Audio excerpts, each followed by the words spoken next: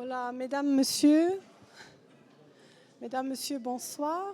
Mon nom est Michel Platt du service des publics. J'ai le plaisir de vous souhaiter la bienvenue ce soir. Merci d'être venus aussi nombreux. C'est bien de voir la salle remplie à nouveau. Je salue aussi les spectateurs qui nous suivent depuis le domicile, donc depuis la version en ligne. Donc je précise que la conférence de ce soir est enregistrée et diffusée en live stream. Voilà, mais elle sera aussi accessible sur notre site par après, donc sur le site internet du musée et aussi sur le canal YouTube du musée pour ceux et celles qui préfèrent le regarder à un autre moment. Donc j'ai aussi naturellement le plaisir d'introduire et de souhaiter la bienvenue à notre orateur de ce soir. Donc, Monsieur Régis Meus, qui est conservateur au MNHA, donc dans ce musée pour la collection art décoratif et populaire, et aussi pour la section histoire contemporaine. Il est aussi le curateur de l'exposition Le passé colonial du Luxembourg, qui est actuellement à l'affiche ici au musée, au 4e et au 5e étage, et ce jusqu'au 6 novembre. Donc vous avez encore l'occasion d'aller voir l'exposition si vous ne l'avez pas encore fait. Régis Meus, il a étudié à l'Université libre à Bruxelles et aussi à l'Université Paris 1 Panthéon-Sorbonne et a fait son master en histoire de l'Afrique. Donc il est diplômé aussi de l'école normale supérieure et il a fait sa thèse en histoire coloniale. Master, pardon, excusez-moi. En histoire coloniale luxembourgeoise, donc histoire du Congo, des luxembourgeois au Congo. Donc il est bien expert en matière et a fait des recherches pendant de nombreuses années sur ce sujet. Et ces recherches ont finalement aussi abouti à l'exposition qui est présentée aujourd'hui au MNHA. Et Régis Meus nous présentera aujourd'hui donc un petit aperçu de l'histoire coloniale luxembourgeoise, parlera sur les migrations de luxembourgeoises au Congo belge, en Outre-mer, et aussi sur les relations économiques, disons, de l'époque coloniale, donc dans le contexte colonial. Voilà, je pense que je ne vais pas en dire plus et je passerai le micro tout de suite à Régis Meus. Je vous souhaite une bonne soirée. Merci Michel. Alors, il y a encore 3 places ici devant, mais bon... Okay. Bon, alors bienvenue également de ma part. Alors oui, je voulais préciser que c'est effectivement en mémoire de master, je n'ai pas le titre de docteur, contrairement à Michel qui elle est docteur en histoire médiévale. Il faut quand même rester aussi assez correct. Donc merci d'être venus aussi nombreux ce soir. Ça me réjouit bien entendu de voir l'intérêt que suscite non seulement la conférence d'aujourd'hui, mais aussi l'exposition qui a quand même un grand nombre de visiteurs, où on fait beaucoup de visites, aussi avec des classes. Donc ça montre qu'on est à un moment où ce sujet interpelle et où ce sujet du passé colonial du Luxembourg est assez présent aussi dans la presse. C'est pour ça qu'aujourd'hui, en fait, ce que je vais vous proposer, c'est sous-titrer ma conférence d'aujourd'hui « Variations » autour des histoires présentées dans l'exposition. On va un peu amener d'autres histoires, d'autres nuances par rapport à ce qui est présenté au 4e et au 5e étage, en insistant effectivement dans la partie historique sur les interconnexions qui peuvent exister entre ces différentes histoires, peut-être en nous basant cette fois-ci, ce soir, un peu plus sur des textes que sur des objets ou sur des images. Les textes sont très difficilement exposables, donc le choix des sources s'est fait un peu par rapport à cela. Alors, en introduction, permettez-moi de relever quand même qu'on est aujourd'hui en plein dans l'actualité. Vous avez peut-être suivi que le roi des Belges, Philippe, est actuellement en visite en République démocratique du Congo. Il a tenu hier un discours à Kinshasa où il a évoqué le passé colonial commun de la Belgique et de la République démocratique du Congo actuelle. où il a effectivement évoqué que la nature du régime colonial comme domination, d'une relation inégale, injustifiable, marquée d'une part par le paternalisme, le racisme, des exactions et des humiliations. Et puis il a exprimé ou réexprimé ses regrets. Certains estiment qu'il aurait dû exprimer des excuses, donc c'est quelque chose qui est débattu au Congo et en Belgique.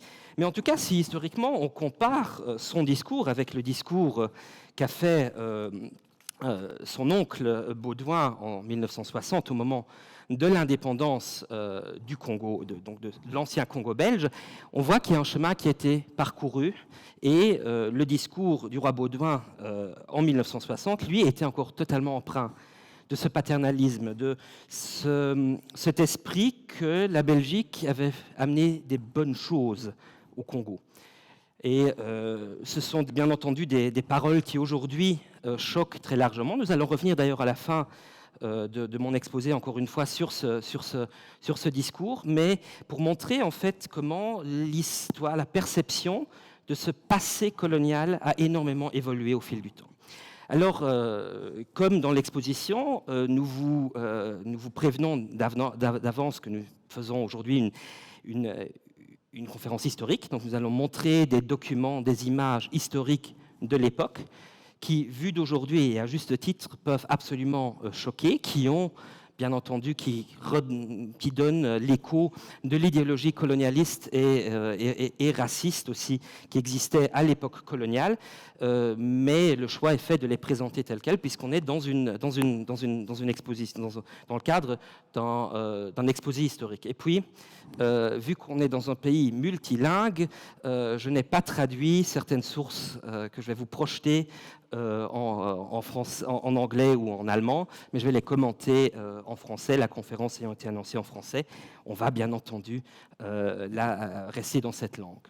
Alors, quelques idées reçues pour reprendre un peu les discussions qui marquent un peu souvent les visites guidées ou au début quand on a annoncé qu'on allait faire ce projet, de dire que cette histoire n'a rien à voir avec le Luxembourg ou que c'était quelque chose dont on ne parlait pas.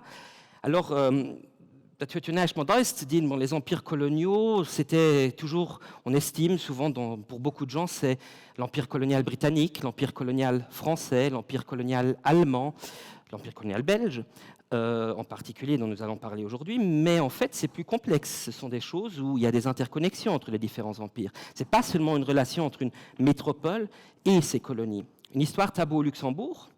Alors, oui, on en parle peu à l'école. On n'en parle pas du tout. Parce qu'en fait, il y a, dans l'enseignement secondaire général, l'ancien enseignement secondaire technique, vous avez un livre d'histoire édité au Luxembourg, un Technutverstehen, qui, dans certaines classes, sort quelques sources liées au Luxembourg, mais très très peu.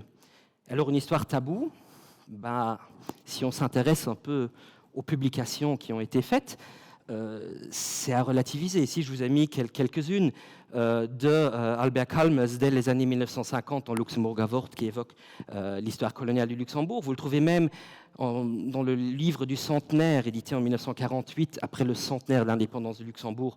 Ils n'avaient pas réussi à terminer le bouquin en 1939, donc ils l'ont publié après-guerre. Vous avez un certain nombre de l'historiographie engagée, ici des années 80, notamment de Romain Hilgert ou de Christian Dalcourt, qui dans les années 1980, ont mis cela à l'ordre du jour. Vous avez des publications littéraires, ici l'anthologie de Pierre Marsan sur l'orientalisme, des expositions même qui ont été faites, ici le spin-off de l'exposition sur les colibris et chasseurs de plantes au Naturmusée en 2007. Donc vous avez, en fait, c'est une histoire qui est, pour l'histoire luxembourgeoise, quand même déjà documentée. Et alors, le Luxembourg, est-ce que c'est une exception dans cette histoire coloniale? On dit, mais oui, voilà, mais en fait, aujourd'hui, pour les historiens, ce n'est pas quelque chose qui est étonnant. Il existe un colonialisme sans colonie. Les comparaisons avec la Suisse, je vous ai mis ici le titre d'une des premières publications. Il y a aujourd'hui une vingtaine de publications scientifiques sur l'histoire coloniale de la Suisse. Mais oui, la Suisse est associée à un produit colonial par excellence, le chocolat. Donc, bien sûr que le colonialisme est quelque chose qui, par son idéologie, par les migrations, par les personnes impliquées dans les différents systèmes coloniaux, peut très bien se faire sans qu'il y ait une métropole coloniale et un empire colonial au sens strict. Donc c'est effectivement quelque chose qui peut encore étonner le grand public, mais qui pour les historiens est finalement assez connu. Alors le colonialisme, une définition simple, donc une doctrine qui vise à légitimer l'occupation, la domination politique et l'expansion économique de ce territoire par certains États. Mais vous trouvez d'autres définitions, c'est une définition un peu plus scientifique, qui elle insiste beaucoup plus sur les personnes qui sont marquées par ce colonialisme. C'est-à-dire le colonialisme, une relation de pouvoir, c'est toujours une question de pouvoir. Il y a des gens qui sont plus hauts dans une hiérarchie que d'autres, souvent basés sur des critères raciaux pour justifier la domination coloniale, politique, sociale et économique. Et finalement, la période sur laquelle nous allons aujourd'hui nous pencher, c'est une période dans l'histoire de l'humanité qui reste finalement assez courte, à peu près un gros siècle pour les empires coloniaux en Afrique et en Asie. C'est une période courte, mais qui marque finalement jusqu'à aujourd'hui. Si nous regardons un certain nombre de structures économiques, un certain nombre de stéréotypes, de clichés qui ont marqué l'histoire culturelle et une période qui a des échos jusqu'à aujourd'hui. Alors, juste une petite carte pour vous montrer aussi ce monde avant 1850.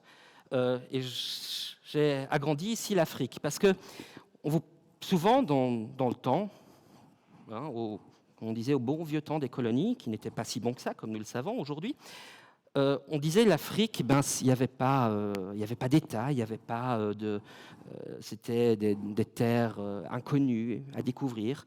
Oui, peut-être à découvrir par les Européens, mais aujourd'hui, les historiens insistent énormément sur la multitude de structures politiques, d'États, même d'empires, avec une culture et une histoire très riche qui préexistaient à la colonisation. D'ailleurs, peut-être un jour, le musée consacrera une exposition à aussi cette partie-là de l'histoire qui est extrêmement méconnue en Europe. Donc la colonisation a en fait déstructuré toutes ces sociétés. Et ce, même de manière assez rapide.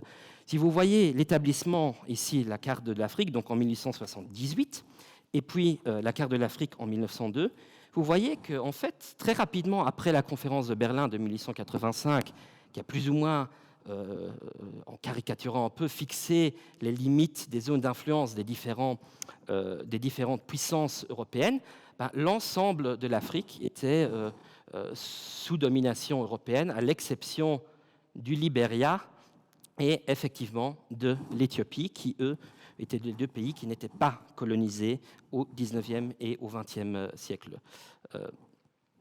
Et alors, la colonisation, ici, j'ai amené un texte d'un historien congolais qui amène en fait un peu de complexité aussi à cette histoire. C'est-à-dire Isidore Ndaiwel Nziem, qui est avec Elikia Mbokolo, le plus grand historien congolais des années 90 et 2000, qui a été édité énormément, qui a été édité en France, qui a été traduit en anglais, et en fait qui montre à la fois que les colonisateurs, en voulant tirer un maximum de profit des ressources disponibles en Afrique, en citant les esclaves, l'ivoire, le caoutchouc, le cuivre, l'étain, le coton et le café, pour le Congo en particulier. Mais c'est aussi ce processus de colonisation qui a été intégré à l'histoire africaine. Au moment de la décolonisation, c'est un État de type moderne qui se met aussi en place dans les pays africains et les pays asiatiques. Mais cette supériorité technologique a provoqué l'assujettissement des forces locales, dit Isidore Ndaiwel Nziem, en montrant la complexité, effectivement, de ces relations au sein des sociétés coloniales, où il y a eu, bien entendu, des résistances, des collaborations et des situations extrêmement diverses. Alors, pourquoi le colonialisme au XIXe siècle ? En fait, il y a une multitude de raisons. Il n'y a pas une raison qui émerge plus dans une lecture plus marxiste. On a souvent dit que c'était le capitalisme, l'économie. Oui, c'est un facteur important, mais il y a aussi une dynamique scientifique. On est au XIXe siècle, la science positiviste qui se structure. On veut connaître en Europe ce qui les autres continents qu'on n'a peut-être pas encore explorés du point de vue européen. Il y a aussi un surpeuplement en Europe. C'est parallèle à la colonisation, par exemple, de l'Ouest américain, la création des nouvelles Europes en Amérique latine. La révolution industrielle joue pour beaucoup, et nous allons voir que les moyens techniques, par exemple la machine à vapeur, les bateaux à vapeur, jouent un très grand rôle aussi dans la diffusion à la fois du pouvoir, mais aussi des femmes et des hommes. Et il ne faut pas non plus oublier qu'il y a aussi une volonté religieuse. Ça peut être effectivement renouveau religieux au milieu du XIXe siècle, après la Révolution française. Beaucoup de gens qui entrent de nouveau dans les ordres et qui veulent diffuser ce catholicisme ou le protestantisme à travers le monde. Même si cela se fait dans des conditions parfois extrêmement difficiles, c'est quand même une motivation qui compte. Et bien entendu, tout cela souligné, utilisé peu à peu une pseudo-science qui justifie en fait une hiérarchie raciale, mais qui n'a jamais constitué cette hiérarchie, cette pseudo-pyramide des races, en consensus scientifique absolu. C'est quelque chose que ethnologues, anthropologues, sociologues, au XIXe et au XXe siècle, historiens, ont contesté. Certains s'y sont ralliés, c'est une idéologie politique dominante, mais de dire qu'une hiérarchie des races faisait partie dans ce consensus scientifique au XIXe siècle, c'est faux. Ça ne veut pas dire que cette idéologie n'a pas été performative et n'a pas été utilisée. Bon, en tout cas, ce que j'essaie de vous montrer ici, c'est qu'on est dans un contexte où il faut mettre les choses un peu ensemble. Et alors maintenant, on va arriver un peu à peu vers le Luxembourg. C'est-à-dire, les avancées techniques jouent un rôle puisque Guillaume Capus, je vous invite à découvrir sa biographie plus détaillée dans l'exposition. Guillaume Capus, qui était un explorateur, il est né à Esch-Alzette, il est revenu souvent au Luxembourg par après, il parlait luxembourgeois, il a fait son bac à l'Athénée de Luxembourg, mais qui a fait des missions d'exploration scientifique dans le territoire plus ou moins de l'Afghanistan actuel pour la France, qui dit dans un de ses livres en 1990, mais partir aujourd'hui, on ne va pas aussi facilement à Samarcande que le décrit Guillaume Capus à l'époque. Donc on est vraiment à une époque où pour les Européens, le monde se rétrécit, tout est plus proche. On y arrive de manière beaucoup plus facile, a-t-on l'impression. Bon, nous, aujourd'hui, on a l'habitude d'Internet et des avions, mais ces gens-là, à l'époque, ne savaient pas que ça allait venir. Donc pour eux, c'est vraiment un rétrécissement énorme du monde. Et alors, ça joue aussi pour les Luxembourgeois. Ici, un texte de 1927 de l'historien, de l'économiste et historien Paul Weber, donc ça tranche un peu avec l'image qu'on nous a parfois véhiculée aussi à l'école des paysans luxembourgeois qui allaient une fois par an à l'Octave ou une fois par an à la Schoboff, mais qui pour le reste restaient un peu beaucoup dans leur village. Bien sûr, ces gens-là ont existé aussi, c'est quelque chose de diversité, mais il y en a d'autres. Et donc effectivement, le fait que ces migrations de luxembourgeois, on connaît les immigrations vers la France et les États-Unis, les plus grandes villes luxembourgeoises au tournant du siècle étaient en effet Paris et Chicago, où vivaient plus de nationaux luxembourgeois qu'il y avait d'habitants à Luxembourgville, mais aussi ici, une référence. Paul Weber cite un voyage touristique que la grande-duchesse Charlotte a fait en 1926, effectivement dans le sud algérien, dans la Mauritanie actuelle, en disant que, qui n'a pas... Et en fait, si on regarde les sources, si on lit assez étonnamment, pour un historien, c'est intéressant de voir que la principale source pour faire cette histoire d'émigration des Luxembourgeois à travers le monde, c'est la chronique locale du Luxemburger Wort ou des autres journaux.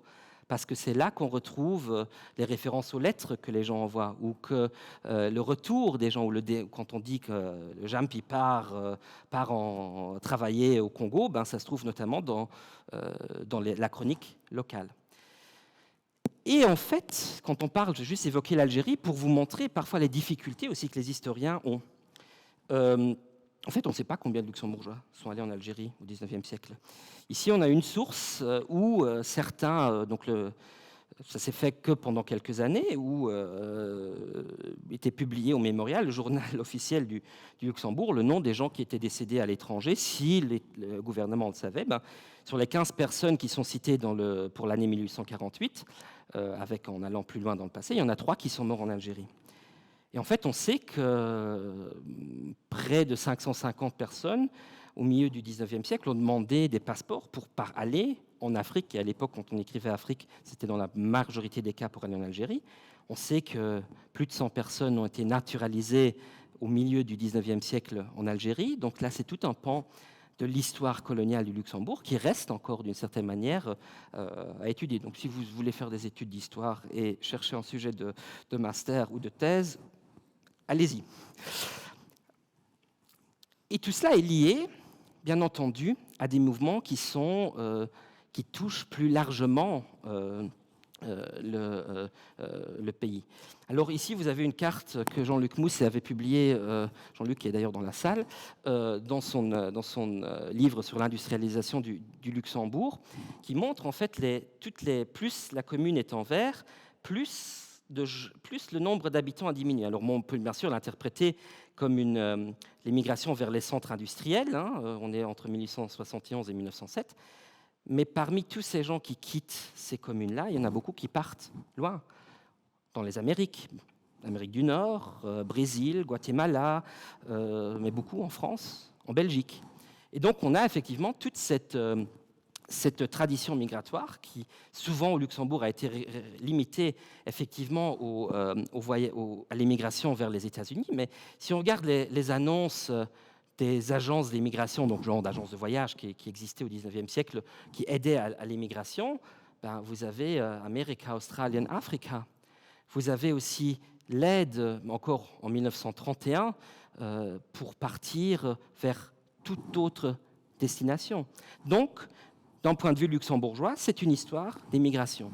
Alors, je vais vous citer une autre source qui montre aussi quelque chose qui est, vous voyez, sur des textes, c'est quelque chose qui est très difficile à mettre dans des expositions, et vous savez que, encore le MNHA met beaucoup de textes au mur, donc on vous a quand même, dans l'expo, on vous a un peu épargné. Mais ici, on a un texte qui date de 1866, où il y a un luxembourgeois, en fait un officier, le texte est de Heinrich Lieb, qui est un luxembourgeois qui en fait part en Indonésie en tant qu'officier de l'armée néerlandaise des Indes en Indonésie, et qui, lors de son passage à Aden, donc dans le Yémen actuel, s'arrête dans un hôtel et à un moment donné, il discute en luxembourgeois avec son épouse, et la dame de l'hôtel lui répond « O du mein Leben, Herrgott, Sie der Lutzbeuer ». Donc un peu l'effet Luxertour, on rencontre partout des luxembourgeois.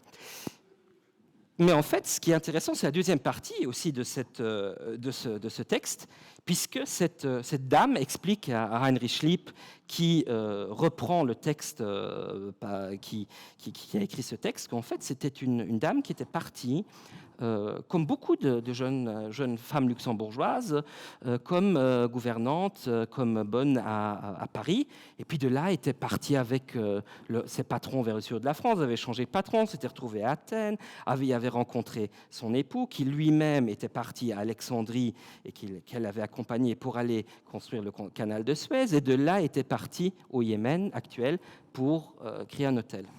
Alors ça, c'est des sources littéraires de gens qui n'écrivent pas normalement. Et retrouver ces biographies de ces gens-là, c'est extrêmement difficile. C'est quelque chose qui existait, mais ça, vous trouvez dans aucune statistique. Donc, aussi, la nécessité de lire les sources, puisque aussi, cette dame-là n'a sûrement pas écrit de mémoire, ou si elle a écrit des mémoires, elle n'existe plus. Mais ces migrations s'inscrivent aussi au 19e et au milieu du 20e siècle dans des mouvements de population qu'aujourd'hui on a un peu oubliés, mais qui étaient extrêmement forts et qui ont touché pas seulement les Européens, mais en fait différentes parties du monde. Vous voyez que plusieurs dizaines de millions de personnes ont été déplacées entre le milieu du 19e et le milieu du 20e siècle. C'est-à-dire, vous avez les Européens qui partent vers le peuplement européen de l'Amérique, c'est de l'Amérique du Sud et de l'Amérique du Nord, c'est le 19e et le début du 20e siècle. Ce n'est pas le 16e, 17e siècle, la conquête de l'Ouest américain. Vous avez au sein de l'Asie du Sud-Ouest des Indiens, des Chinois qui partent vers d'autres continents, vers d'autres parties. Vous avez des Indiens, des Chinois qui sont aussi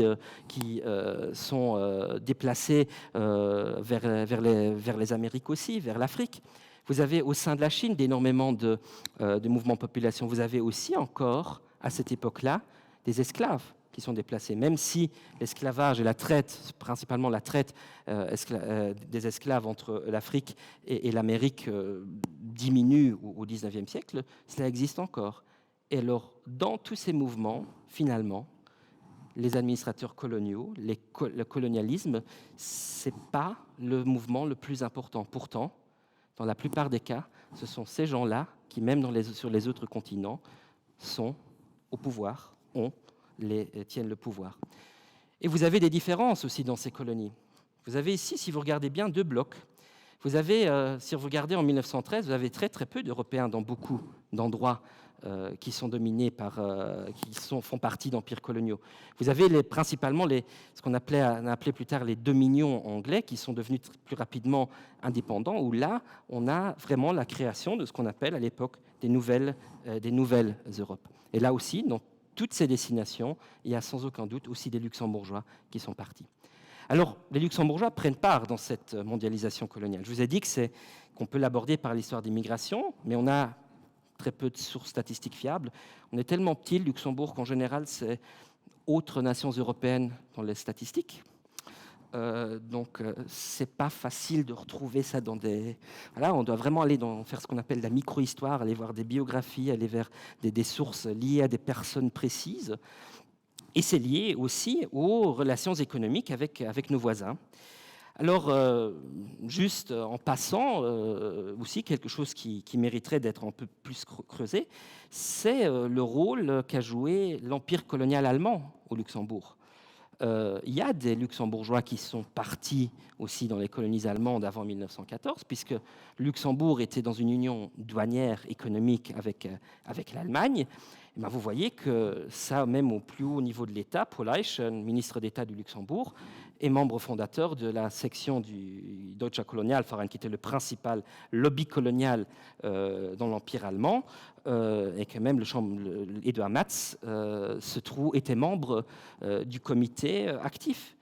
Vous avez une petite anecdote que le Kurt von François, donc un des principaux chefs militaires qui a contribué à l'établissement de la domination allemande dans la Namibie actuelle et qui a créé la ville de Windhoek, qui est aujourd'hui la capitale de la Namibie, est né à Luxembourg. Son père y était officier de la garnison et son père est d'ailleurs enterré au cimetière militaire allemand de Klausen. Donc vous voyez qu'il y a des liens aussi avec le voisin allemand. Le Marienthal, que certains d'entre vous connaissent peut-être, comme un lieu où il y avait un couvent des Pères Blancs. Les Pères Blancs, un ordre missionnaire d'origine française, mais ils sont venus s'établir au Luxembourg parce que Bismarck n'était pas trop fan de la Vigerie, de leur chef, du cardinal d'Alger, la Vigerie, et que voilà, c'était un ordre français, donc ils sont venus établir un couvent offshore au Luxembourg pour pouvoir partir, pour former des missionnaires qui allaient dans les colonies allemandes, Rwanda, le Burundi actuel, la Tanzanie actuelle, la Namibie, le Togo, le Cameroun actuel. Donc il y a des liens aussi à ce niveau-là. Mais maintenant, entrons encore plus dans le vif du sujet. Et on va un peu reprendre quelques chapitres qui se trouvent aussi dans l'exposition avec d'autres histoires. Donc, par exemple, aussi dans l'exposition, on vous montre les luxembourgeois qui ont combattu dans l'armée néerlandaise des Indes et dans la Légion étrangère française. Mais en fait, tout ça, il faut mettre en relation avec une réelle tradition militaire. C'est-à-dire les jeunes hommes luxembourgeois, parfois pauvres, qui partaient se battre dans l'armée belge. Au XIXe siècle, il suffisait en tant que luxembourgeois de dire « je veux devenir belge » pour devenir belge, après la loi de faveur de 1842, et on pouvait entrer dans l'armée belge de manière très, très simple. L'armée belge a combattu, il y a eu des légions belges au Brésil, au Mexique, il y a des luxembourgeois qui ont été dans l'armée des Zouaves pontificaux, mais aussi dans l'armée de Garibaldi, de l'autre côté, en Italie. Il y a des luxembourgeois qui se battent dans la guerre de sécession aux États-Unis dans les années 1860, et ce, des deux côtés, du nord et du sud. Et donc, l'immigration militaire vers l'armée néerlandaise des Indes, où quand même plus de 1000 luxembourgeois ont combattu entre 1815 et 1914, ça fait partie d'une tradition. Tout le monde connaissait des gens qui étaient partis dans d'autres armées. Donc c'est quelque chose qui est une immigration comme une autre, encore en parallèle avec la Suisse, les mercenaires suisses, qui étaient aussi recherchés depuis les temps modernes par beaucoup d'armées. Pour la Légion étrangère française, on n'a pas de chiffres précis. Il y a Sébastien Vacchiato qui a travaillé sur la question, estime à plusieurs centaines de luxembourgeois au XIXe siècle qui sont partis dans les Légions étrangères françaises. Nous allons voir quelques exemples. Mais néanmoins, ça a des répercussions encore plus tard. En 1928, dans le grand illustré, dans la revue le Télécran de l'époque, vous pouvez trouver des photographies de gens qui sont restés en Indonésie. C'est quelque chose qui est présent dans le quotidien. Et je vais évoquer ici un des rares objets qui se trouve aussi dans l'exposition, qui est une collection de balles collectées par Michel Gustave Buck, qui lui était issu de la bourgeoisie de la ville, puisque son père était l'imprimeur Victor Buck, qui lui a été d'abord soldat dans la Légion étrangère, et puis est parti dans l'armée néerlandaise des Indes. Et en fait, lors de la guerre, il a participé à la guerre d'Aceh, donc l'objet est au 4e étage, vous pouvez aller le voir, il est accroché au mur, a collectionné des projectiles des peuples qu'il a combattus en tant que soldat. Puisqu'au XIXe siècle, à cette époque-là, donc dans les années 1880, les Pays-Bas qui étaient déjà présents sur les côtes de l'Indonésie, essayent de conquérir l'intérieur des territoires et donc ont besoin de chair à canon. Ce qui est intéressant ici, c'est qu'on trouve dans le mémorial, dans le journal officiel, que Michel Gustave Buck a obtenu la permission de rentrer au Grand-Duché. En effet, à cette époque-là, il était interdit officiellement de les combattre dans des armées étrangères. Ça vient du Code civil de Napoléon, et l'article 21 prévoit qu'on perd automatiquement sa nationalité et que pour rentrer dans son pays d'origine, il faut l'autorisation du gouvernement. Dans l'exposition, vous verrez l'autorisation de partir de Charles Scheff, dont nous allons encore parler maintenant. Lui n'a pas eu besoin d'autorisation pour rentrer, Buck en a eu besoin. Et en fait, quelques années après, le gouvernement luxembourgeois a aboli l'article 21 du Code civil qui interdisait cela. Et en fait, c'est aussi lié à une nécessité, puisque énormément de luxembourgeois combattaient dans des armées étrangères. Alors, ici, on a eu donc l'interconnexion, donc Buck, Légion étrangère, armée néerlandaise des Indes, ça va l'un dans l'autre. Ici, on a une photo qui est aussi dans ce sens-là intéressante. On a ici le colonel Charles Scheff, qui était à l'époque directeur du Slave Trade Department, mais aussi directeur de la gendarmerie au Caire. Scheff est né au Luxembourg, c'est un neveu du maître des forges Norbert Matz, et qui est parti dans l'armée britannique et a servi effectivement notamment au Caire. Et ce qui est intéressant, c'est qu'ici, Scheff se trouve à côté de Hermann von Wissmann. Et Hermann von Wissmann est un des explorateurs officiers d'armée allemands qui a aussi œuvré pour Léopold II de Belgique. Et en fait, Wissmann, à ce moment-là, se trouve au Caire pour recruter des soldats. Et pourquoi est-ce qu'il va voir Scheff ? Justement parce qu'il y a un lien avec le Slave Trade Department. Je vais vous citer juste ce qu'écrit Jules Mersch dans la biographie nationale sur Scheff. C'est les conditions sous lesquelles les soldats noirs, donc soudanais en Égypte, furent recrutés dans la suite en Égypte semblent avoir été assez alléchantes. Ce qui n'empêcha pas certains milieux égyptiens de répandre le bruit que ces recrues avaient été kidnappés. En fait, aujourd'hui, on estime que la libération, donc Scheff était un des acteurs qui œuvrait en faveur de l'abolition de l'esclavage en Égypte, mais que les esclaves libérés étaient certains, les hommes qui étaient en bonne condition physique, étaient pratiquement forcés de rejoindre des armées coloniales, étaient envoyés très très loin de chez eux. Donc quand on vous parle aussi, par exemple dans les armées coloniales, de soldats africains qui ont combattu avec les Européens, ce sont souvent des gens qui se retrouvaient à des milliers de kilomètres de chez eux et qui, en fait, ils n'avaient pas possibilité de s'enfuir non plus. Ils étaient un peu prisonniers quand même aussi. Alors, la Légion étrangère française est quand même quelque chose d'important au Luxembourg. Vous avez ici une source qui relate en fait l'enterrement d'un légionnaire luxembourg, enfin la messe qui est célébrée en l'honneur de Theodor Kaiser, qui est décédé en 1893 en tant que légionnaire, où un autre légionnaire parle pendant la messe, donc il est décédé au Dahomey, dans le Bénin actuel. Des articles de ce genre-là, amusez-vous un peu sur illuxembourgians.lu, vous en trouvez des dizaines et des dizaines et des dizaines. Donc c'est quelque chose qui était très présent dans la vie de tous les jours des Luxembourgeois à l'époque. Alors ici, je vous ai mis l'original, mais on n'arrive pas à lire, donc je vous ai quand même fait une petite transcription. Et je vous ai même souligné quelques mots importants de ce texte.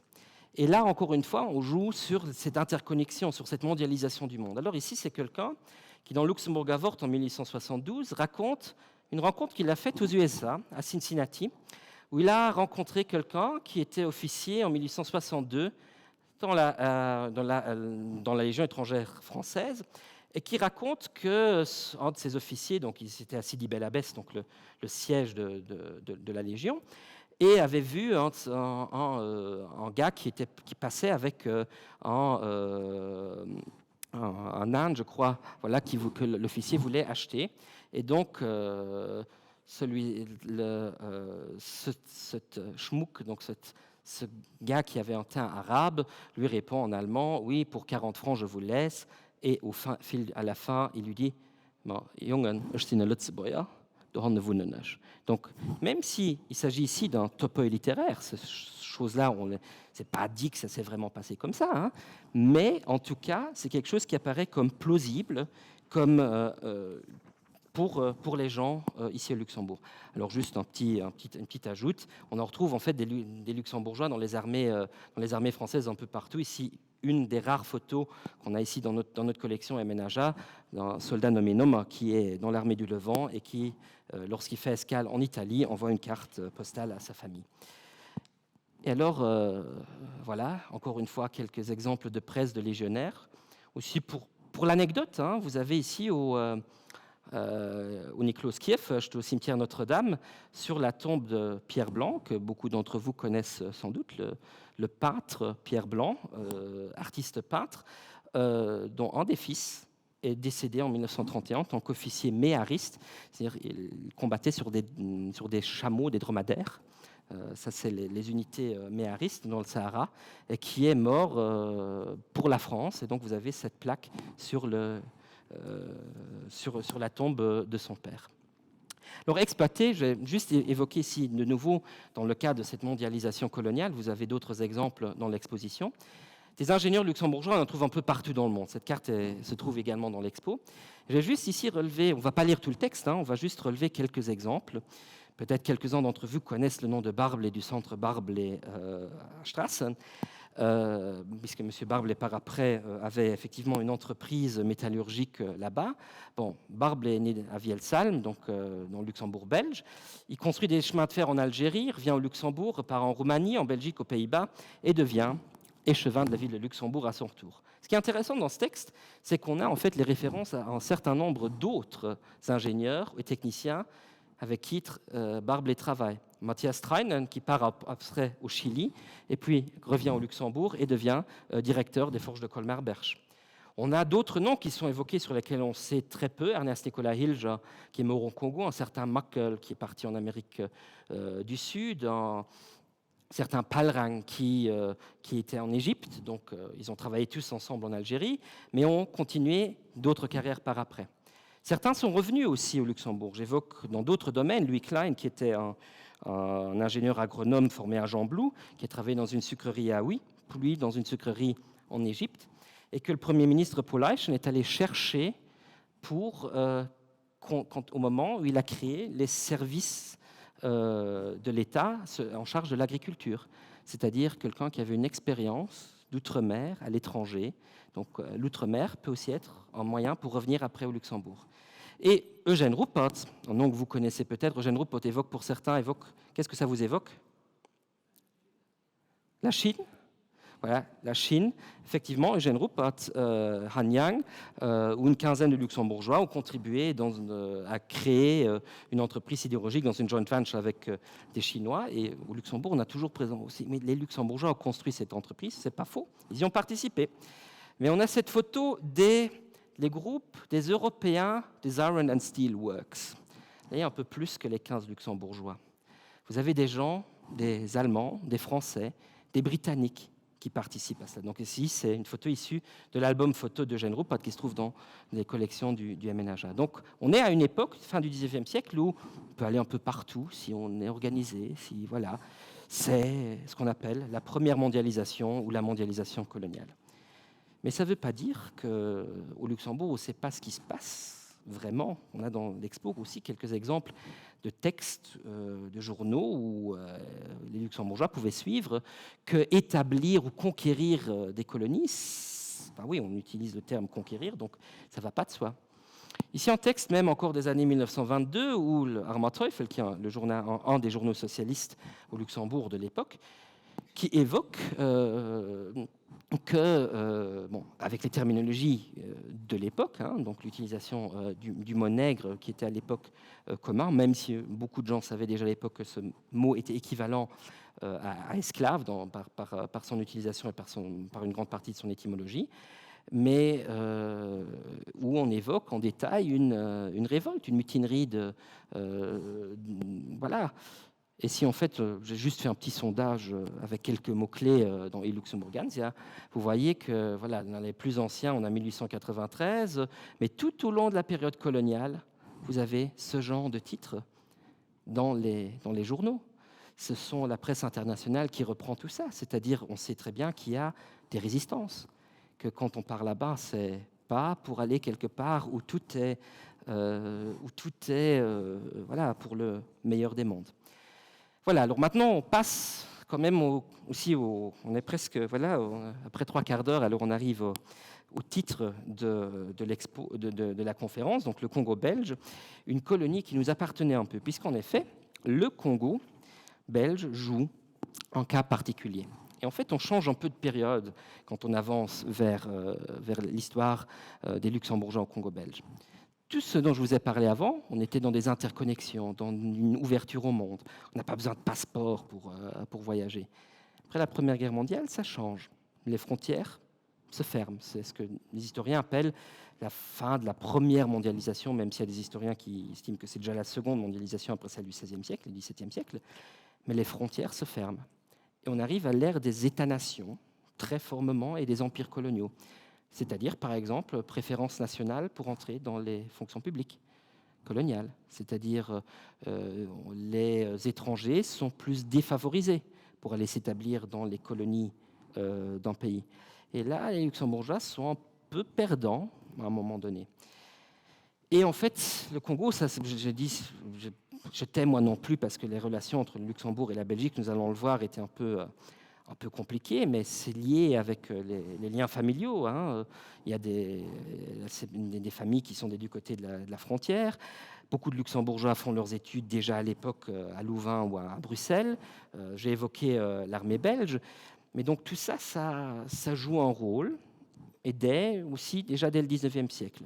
Donc en fait, vous avez eu tout au long du XXe siècle des références comme ça. Vous en avez aussi quelques citations dans l'expo.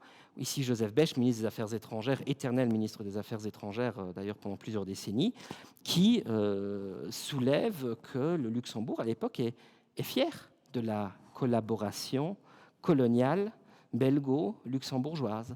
Ce document est dans l'expo, et une conférence, on est en 1940, c'est pas innocent, la guerre a éclaté à l'Est, l'Allemagne nazie a déjà envahi la Pologne, mais elle n'a pas encore éclaté à l'Ouest, mais on est dans ce qu'on appelle la drôle de guerre, donc des gens qui peut-être cherchent à partir, mais dans la salle, il y a 800 personnes, dont la grande-duchesse Charlotte, le prince Félix, le prince Jean, en 1940. Donc, il y a 3 ministres qui montrent qu'il y a un réel soutien à ce qu'on appelle la collaboration coloniale belgo-luxembourgeoise. Et je vais vous expliquer pourquoi, à un moment donné, on a appelé ça.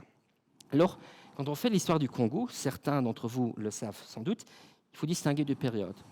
il y a ce qu'on a appelé l'État indépendant du Congo entre 1885 et 1908, où en fait le roi des Belges, Léopold II, avait chargé avec sa fortune privée le journaliste très sensationnaliste Henry Morton Stanley d'aller découvrir, explorer le bassin du fleuve Congo, et où effectivement en 1885, suite à des contrats que Stanley avait fait avec des chefs locaux, etc. Enfin, en tout cas, en 1885, les autres puissances européennes reconnaissent la souveraineté de Léopold II sur le territoire donc, qui est aujourd'hui la République démocratique du Congo.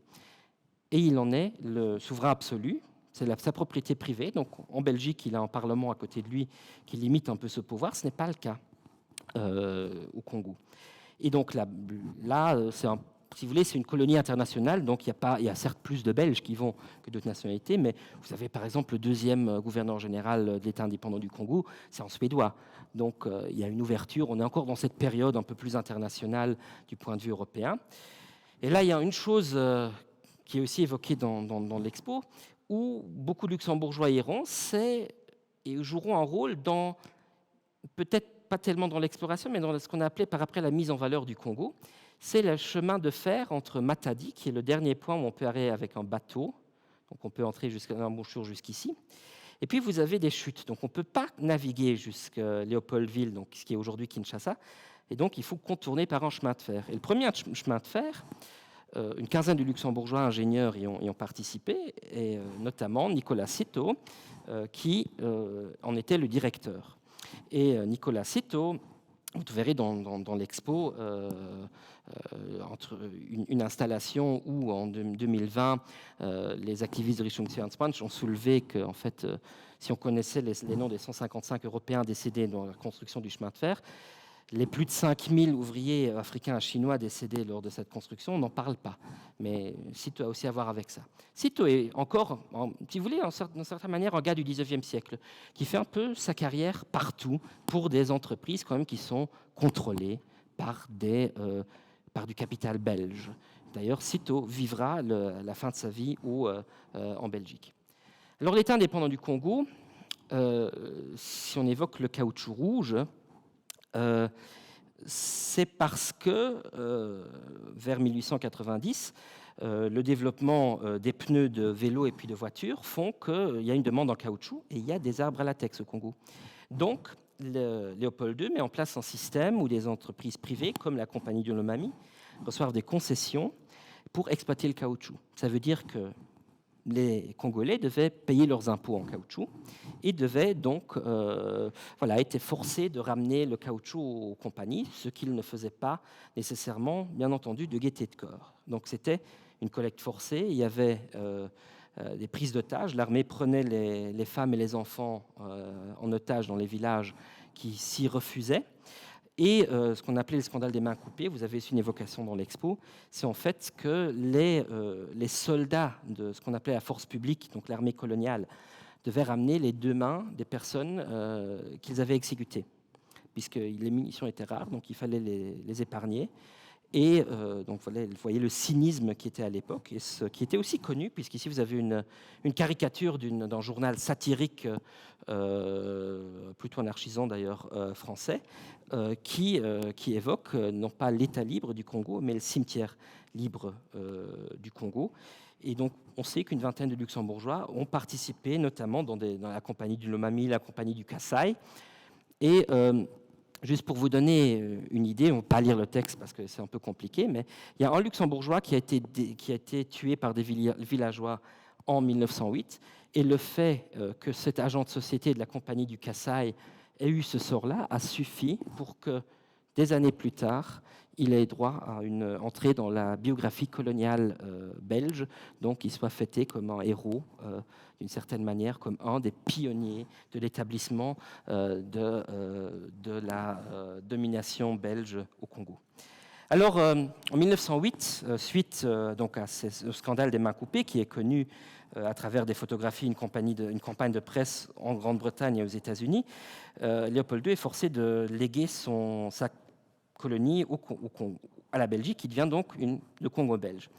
Et les Luxembourgeois sont traités comme des étrangers à partir de ce moment-là au Congo belge. Et puis, les colonies apparaissent de nouveau après la Première Guerre mondiale. Vous savez que le Luxembourg était, on l'a évoqué, en union économique avec l'Allemagne. Le Zollverein, après la Première Guerre mondiale, l'Allemagne a perdu la guerre, ça ne fonctionne plus trop. Et en septembre 1919 est organisé un référendum, notamment sur la question avec qui est-ce que les Luxembourgeois veulent entrer dans une union économique. Et la veille du référendum, vous avez dans le Ascher Tageblatt, qui à l'époque était encore un journal libéral de gauche, qui n'avait pas encore été racheté par les syndicats, qui appelle très clairement les Luxembourgeois à voter pour la France. Donc ils avaient le choix de la France et la Belgique dans le référendum, parce que pour l'avenir de nos enfants, les Belges, ils ont juste ce Congo-là qui ne vaut pas grand-chose. Et les Français, ils ont quand même un peu plus. C'est donc un argument qui est avancé par certains cercles politiques au Luxembourg dans la campagne référendaire de 1919. Bon, vous savez peut-être comment ça s'est fini. Les Luxembourgeois ont voté pour la France à 73%. La France a dit non merci. Et le Luxembourg est entré dans une union économique avec la Belgique, donc, et l'union économique belgo-luxembourgeoise qui existe toujours, qui est aussi une partie du Benelux, entre en vigueur le 1er janvier 1922. Et ça a une importance, cette union économique belgo-luxembourgeoise, puisque il y aura une conséquence pour le Congo, c'est-à-dire c'est la même année que les Luxembourgeois ont nouveau accès au Congo. Et ce qui permettra d'ailleurs, donc effectivement, un des grands coloniaux luxembourgeois, le président du cercle colonial, de dire en 1937 que le Congo, après que les Luxembourgeois allaient dans les colonies des autres, le Congo belge était devenu une colonie qui appartient un peu aux Luxembourgeois. Et pourquoi ? Là, j'aurais de nouveau une lettre que vous trouvez l'original dans l'expo, qui est une lettre du 7 juillet 1922. Donc, vous comprenez pourquoi l'expo a lieu en 2022. C'est 100 ans, centenaire, où le ministre belge des colonies, Louis Franck, écrit à Émile Reuth, un ministre d'État luxembourgeois, que les Luxembourgeois, seront en tout point assimilés aux Belges dans le service administratif et judiciaire. Pour l'anecdote, on ne saura jamais si c'est Reuth qui a demandé à Franck ou Franck qui a demandé à Reuth, puisque les deux étaient à une fête de l'association luxembourgeoise d'Anvers 2 jours avant et avaient pris le train ensemble entre Bruxelles et Anvers, étaient revenus en train ensemble. Donc ça s'est fait de manière orale, puisqu'il y a une référence comme suite à notre entretien d'hier. Donc on ne saura jamais qui a demandé à qui. Mais nonobstant, à partir de juillet 1922, vous trouvez ce genre d'annonces ou de communiqués dans les journaux luxembourgeois. Les 2 premiers à partir sont des juristes. Vous avez ici Jules Campil, avocat à Arlon, mais originaire d'Echternach, qui est devenu juge à Stanleyville, actuel Kisangani, et un certain Léopold Mulzel, qui est lui devenu procureur au Congo à ce moment-là. Vous avez des entreprises privées qui recrutent aussi. Mais ce qui est surtout intéressant ici, c'est les services administratifs et judiciaires, puisque ça veut dire que la fonction publique coloniale est ouverte aux Luxembourgeois. C'est-à-dire qu'à partir de 1922, vous avez des Luxembourgeois qui deviennent fonctionnaires d'État au Congo belge. Ils ne peuvent pas devenir fonctionnaires d'État en Belgique, mais ils peuvent le devenir au Congo. Et donc partir à l'université coloniale d'Anvers pour devenir ensuite administrateur territorial, aller à travers parce qu'en fait les agents et administrateurs territoriaux voyageaient 21 jours par mois dans les villages en brousse, notamment, comme on disait pour la campagne, on disait en brousse, et donc ils collectaient l'impôt, ils veillaient à l'entretien des écoles, à l'entretien des routes, par le travail forcé, c'est-à-dire les gens locaux devaient aider à entretenir les routes sans être payés, veiller en fait, c'était des super bourgmestres si vous voulez, qui rendaient aussi parfois la justice dans les villages où ils traversaient. Alors,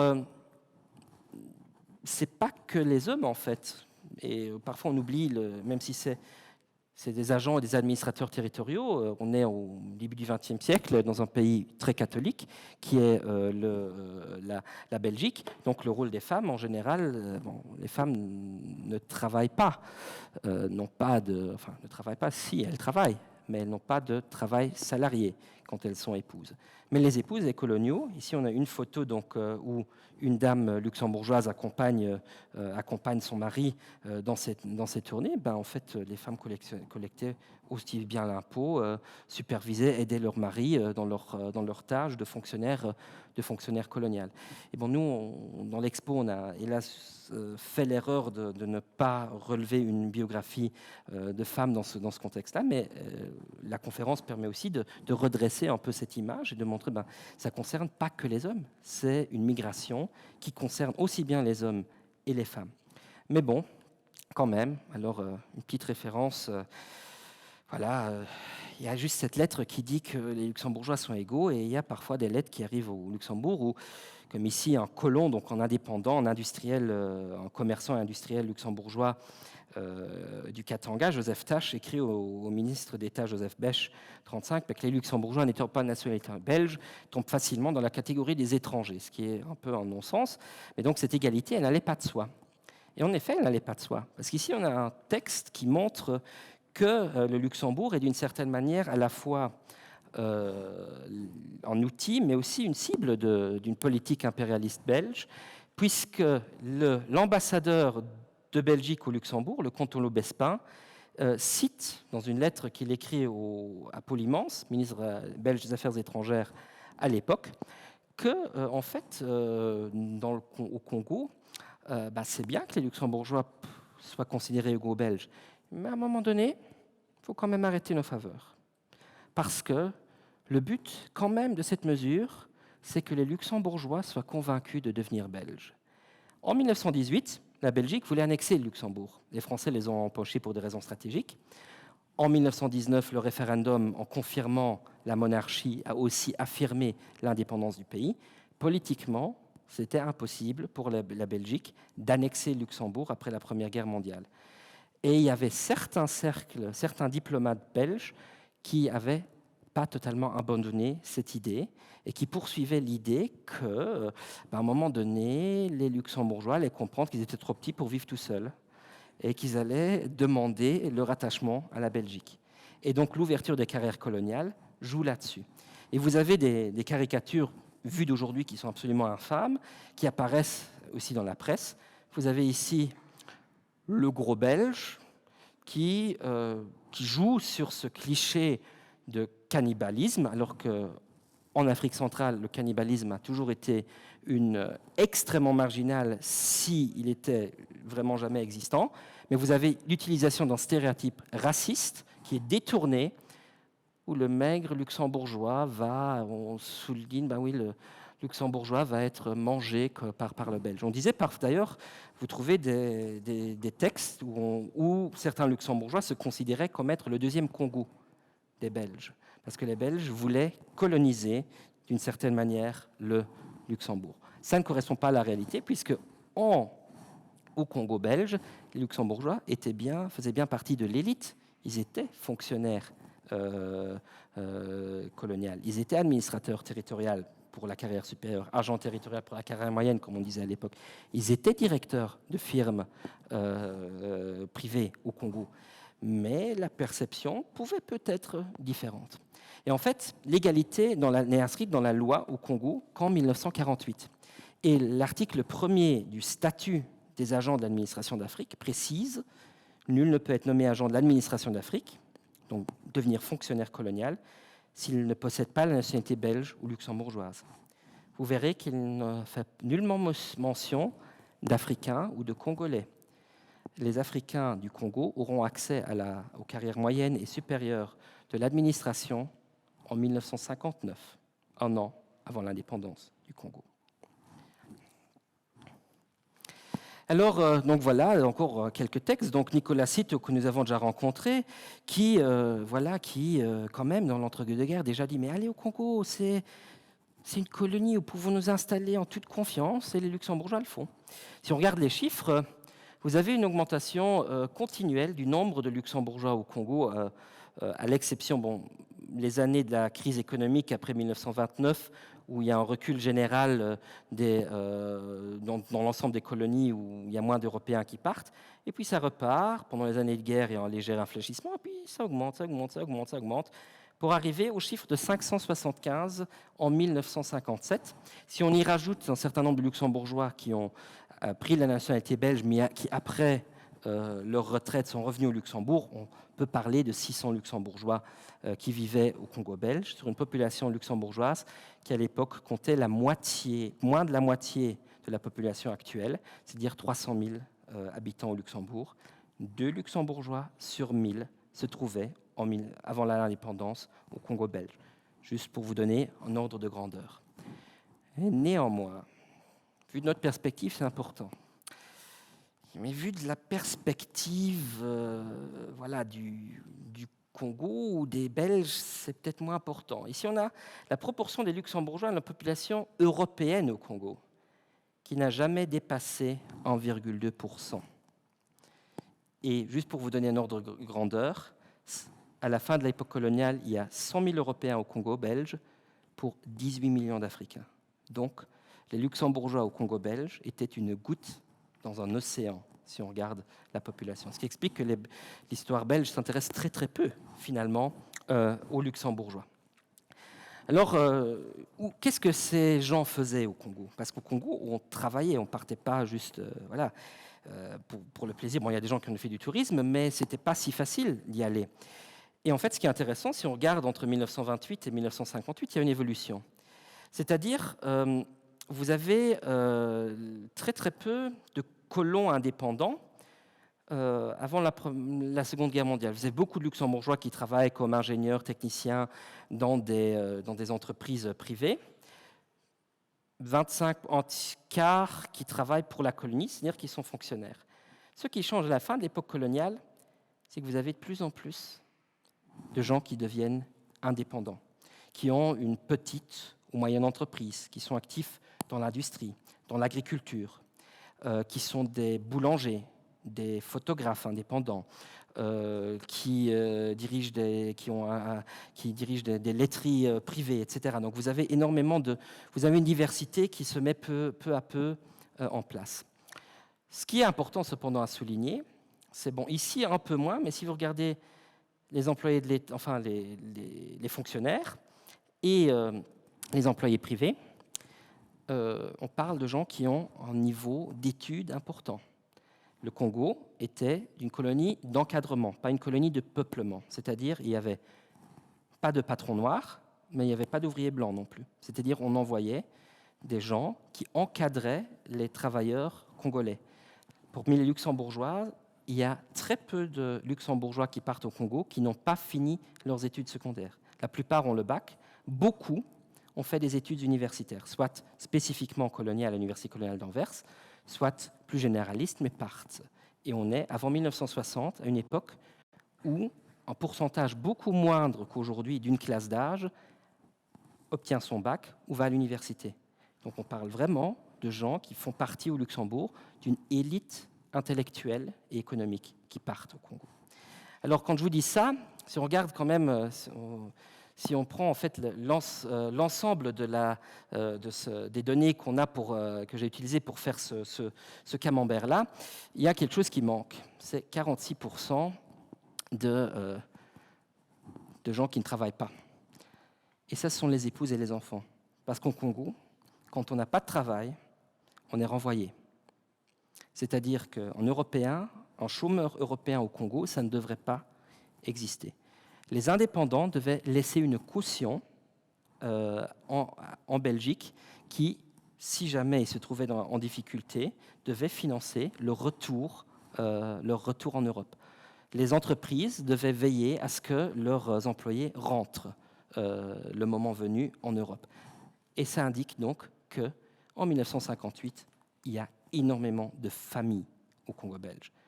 On a beaucoup d'enfants qui sont nés dans les années 40, 50, de familles luxembourgeoises au Congo belge. Ça, c'est aussi quelque chose qu'il faut garder à l'esprit.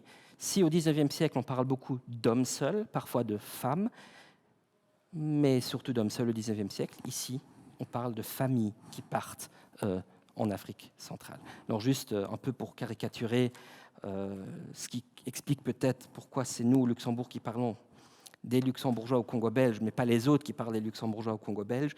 Si vous mettez les contours de la RDC actuelle sur l'Europe, vous voyez 900 fois la taille du Grand-Duché de Luxembourg. Nonobstant, il y a une réelle connaissance, enfin il y a une réelle communauté coloniale luxembourgeoise. Ici, vous avez les extraits des Nouvelles du Congo, qui sont publiés dans le bulletin du Cercle colonial. Mais du bulletin du Cercle colonial sont reprises... le Cercle colonial, c'est l'association coloniale, enfin des anciens coloniaux luxembourgeois en lobby colonial, qui est créée en 1925 au Luxembourg et qui, à partir de 1930, a son journal plus ou moins mensuel. Mais ces Nouvelles du Congo, elles sont reprises par la presse généraliste. Vous pouvez lire exactement la même chose, 1 à 2 fois par mois selon les époques, dans le Luxemburger Wort, dans le Tageblatt, dans la Luxemburger Zeitung, dans la Obermosel Zeitung, les grands journaux luxembourgeois. Votre voisin est parti au Congo, peut-être que vous lirez qu'il a bu un verre de vin avec le Jampi Knaphoschent quelque part au Congo à telle date, parce que c'est ce genre d'infos qui se retrouvent à côté des naissances, des décès, des mariages, des promotions. Donc en fait, si vous voulez, d'une certaine manière, de l'Etzboer Beschass. Des Luxembourgeois au Congo, qui est connu, effectivement, au Luxembourg, à travers ce genre de petits filets. Bon, j'ai pris maintenant celui de juin 1938, mais vous en avez chaque mois. Hein. Chaque mois, vous avez ça pendant 35 ans, hein, pratiquement. Vous pouvez voir ça dans la presse. Et aussi, quelque chose qu'on n'a pas pu évoquer dans l'expo pour des raisons de place, les Luxembourgeois au Congo jouent un rôle pendant la Seconde Guerre mondiale. C'est-à-dire qu'il n'y a jamais eu d'organisation, d'association de luxembourgeois au Congo belge même. Il y avait des associations au Luxembourg, mais pas au Congo, excepté pendant la Seconde Guerre mondiale, où donc le contact avec la mère patrie est interrompu, puisque le gouverneur général du Congo belge, Pierre Ryckmans, avait très rapidement fait allégeance au gouvernement belge en exil à Londres. Donc le Congo belge faisait partie du camp allié, ne s'était pas rallié à la Belgique occupée de Léopold III. Et les Luxembourgeois se regroupent, en fait, répondent à l'appel du gouvernement. Et pour citer des Luxembourgeois qui, à l'époque, constituent cette amicale luxembourgeoise, ou plutôt les Frères Unabhängige Schlützeburger Land, groupement d'action patriotique. Bon, voilà, vous voyez déjà, c'est assez explicite ce que ces gens veulent. Mais il ne s'agit pas de créer un Verein Christliche Mütter ou Pompiers-Verein, où ils veulent vraiment collecter de l'argent au Congo. Ils y arrivent, et surtout, en fait, à la fin de la guerre, au moment de l'offensive des Ardennes, au Luxembourg, 3,6 millions de francs qui sont récoltés, qui sont envoyés au gouvernement en exil à Londres pendant un certain temps, mais qui surtout constitueront avec le fonds de guerre, enfin avec les dons des Luxembourgeois des USA, mais aussi du Brésil, entreront dans le début de l'œuvre Grand-Duchesse Charlotte. C'est-à-dire, après-guerre, l'œuvre Grand-Duchesse Charlotte qui est créée, qui créera la loterie nationale, par exemple, pour aussi reconstruire à ce moment-là le pays. Donc, patriotiquement, c'est quelque chose qui est assez important et où il y a d'ailleurs énormément de sources aussi pour ça. Alors, après-guerre, c'est d'une certaine manière, c'est aussi ça qui est resté le plus présent dans la mémoire au Luxembourg. On a une reprise de recrutement, c'est-à-dire on a, si vous voulez, au Congo belge, c'est le plan Marshall décuplé par 3. L'Europe investit énormément à la fin de la période coloniale dans ces colonies parce qu'il s'agit de moderniser. On ne peut plus parler de racisme après 1945, c'est problématique. Et donc on a ce qu'on appelle un peu partout des plans décennaux. Au Congo, ça s'appelle le plan décennal. Et on a des travaux d'infrastructure qui sont faits. Vous avez 50% des Européens vivent dans des villes à ce moment-là, à la fin de la période coloniale, et dans des villes qui ressemblent à ça, en partie. C'est-à-dire dans des villes très modernes pour l'époque. Si vous veniez dans un village de Leusling, où vous aviez peut-être pas encore l'électricité depuis très longtemps, l'eau courante, salle de bain c'était un peu compliqué, mais pour vous c'était intéressant. partir là-bas. C'était la modernité. C'était partir quelque part où se passait quelque chose. Et surtout que si vous avez fait des études, au début des années 50, beaucoup de jeunes gens qui revenaient des universités ne trouvaient pas de travail. Si vous n'avez pas de relation, c'était difficile de trouver du travail en tant qu'universitaire au début des années 50. Et Luxembourg-Avord, par exemple, appelle très clairement les jeunes luxembourgeois à aller au Congo. Il y a du travail au Congo. Les forces politiques de gauche, communistes et jeunesse socialiste répondent au vote, mais ce n'est pas ça la solution au problème. Il faut créer de l'emploi au Luxembourg. Mais c'est un sujet, c'est un sujet qui est important pour des gens qui partent au Congo parce que c'est là où ils trouvent du travail qui est même très bien rémunéré. Alors, dans les années 50, c'est aussi la création d'une autre association coloniale qui est donc la Luxem, qui associe rouge, blanc, bleu avec l'étoile du Congo, donc une organisation plus moderne. Alors, question, quand est-ce que vous croyez que la Luxem a cessé à exister au Luxembourg? Non, ça n'existe plus, effectivement. Pardon? Un peu plus tard, 2018, en effet. Donc, mais à la fin, cette Luxem était effectivement une organisation qui regroupait d'anciens coloniaux, qui se retrouvaient pour passer du bon temps ensemble. Hein. Mais le cercle colonial et la Luxem ont été des lobbies coloniaux. On négociait avec le gouvernement luxembourgeois pour c'était des syndicats, si vous voulez, des coloniaux, pour les assurances sociales. Les coloniaux luxembourgeois, par exemple, très longtemps devaient avoir une adresse en Belgique quand ils rentraient en congé pour bénéficier d'une couverture maladie. Au milieu des années 50, il y a eu des négociations pour changer cela, parce que les coloniaux luxembourgeois, c'est-à-dire les coloniaux de manière générale au Congo, les employés privés et les fonctionnaires d'État étaient là-bas pendant 3 ans, rentraient en congé 6 mois, repartaient 3 ans, ce qu'on appelait en termes de 3 ans, avaient un congé de 6 mois. Donc il y avait quand même des difficultés aussi à planifier pendant leur temps ici en Europe. Alors, la communauté coloniale luxembourgeoise au Congo, ils se connaissent. Hein. Il y a les nouvelles du Congo, où on peut un peu suivre qui fait quoi. On a comme partout au Luxembourg, quand on connaît quelqu'un, ça aide pour trouver du travail. Hein. Ça joue absolument de la même manière au Congo. Bon, on sait que la plupart des gens ont fait des études, soit à la petite école coloniale de Bruxelles, beaucoup dans les universités belges avant de partir. Et il y a donc le statut du cercle colonial de 1930 disent aussi que c'est groupé dans une grande famille coloniale, les luxembourgeois résidant ou ayant résidé dans les colonies. C'est-à-dire que il y a une conscience des coloniaux luxembourgeois qui se connaissent. Et encore aujourd'hui, quand on parle avec des gens qui ont été au Congo ou qui sont nés au Congo et ont des souvenirs de leurs parents, en général, ils savent encore un peu un tel, ah oui, ça, il faisait ça. Moi, ça m'a beaucoup aidé au début de mes recherches parce que souvent, ces gens vous sortaient des noms, mais il faut que vous demandiez à un tel, vous demandez à une telle. C'est un réseau de gens qui se connaissent. Parce qu'ils avaient des intérêts communs. Souvent, c'était se rencontrer pour parler leur langue.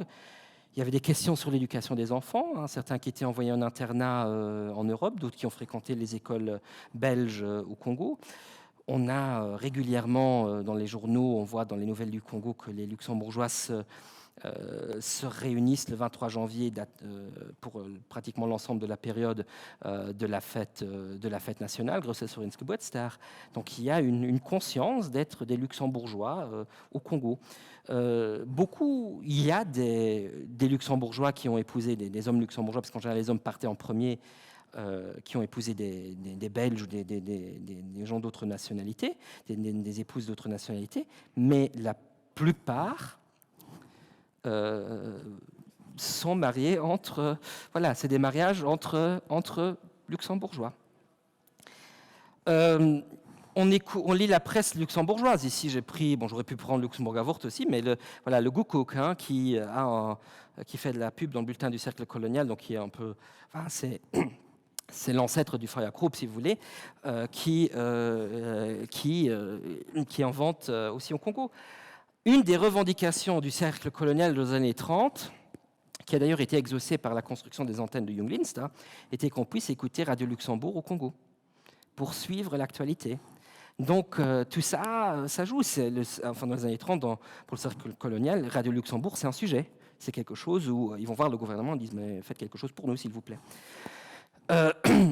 Vous avez les vins luxembourgeois qui sont bons. L'avantage, bien sûr, c'est que pour la Belgique, aujourd'hui, produit du vin, à l'époque, n'en produisait pas. Donc les vins luxembourgeois avaient quelques petits avantages dans le cadre de l'Union économique belgo-luxembourgeoise, mais où tout cela, voilà, cela jouait un rôle. Donc il y a une conscience luxembourgeoise vraiment au Congo belge.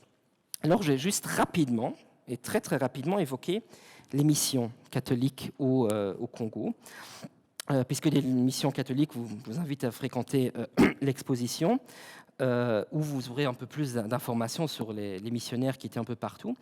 Mais au Congo, il y a aussi une région qui est la région de Stanleyville, aujourd'hui Kisangani, où vous trouvez des Pères du Sacré-Cœur, des Sœurs de Sainte-Élisabeth, des Sœurs de la doctrine chrétienne aussi, que j'ai oublié de nommer ici, mais qui étaient très présents. Ici, vous avez une photographie où vous voyez Monseigneur Nicolas Kinch, qui vient d'être sacré évêque de Stanleyville par Monseigneur Léon Lommel, évêque de Luxembourg.